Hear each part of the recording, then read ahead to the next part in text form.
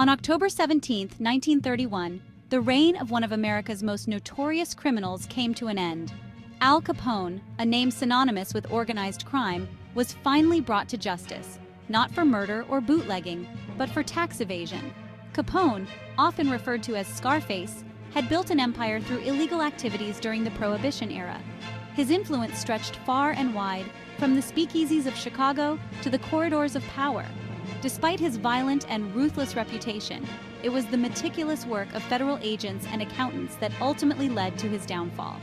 The trial was a landmark moment in American history, showcasing the power of the law over even the most untouchable figures.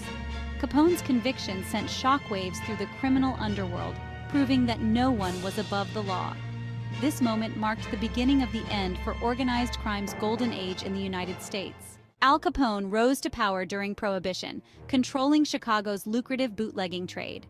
For years, he avoided prosecution by bribing officials and eliminating rivals. Capone's criminal empire was ruthless and feared by many. The infamous St. Valentines Day Massacre in 1929 cemented his reputation as a dangerous and powerful kingpin. On that fateful day, 7 of his rivals were brutally gunned down in broad daylight, sending shockwaves through the city of Chicago. This violent act was a clear message to anyone who dared to challenge Capone's authority.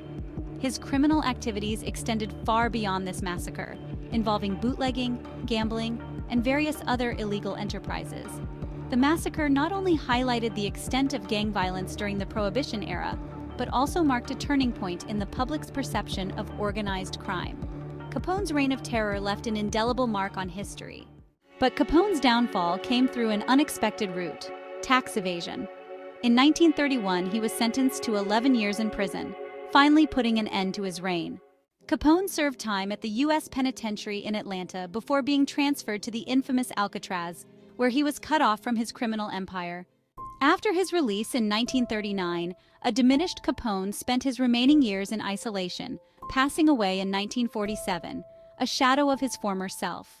Al Capone's legacy is a stark reminder of how crime, corruption, and violence shaped America's past.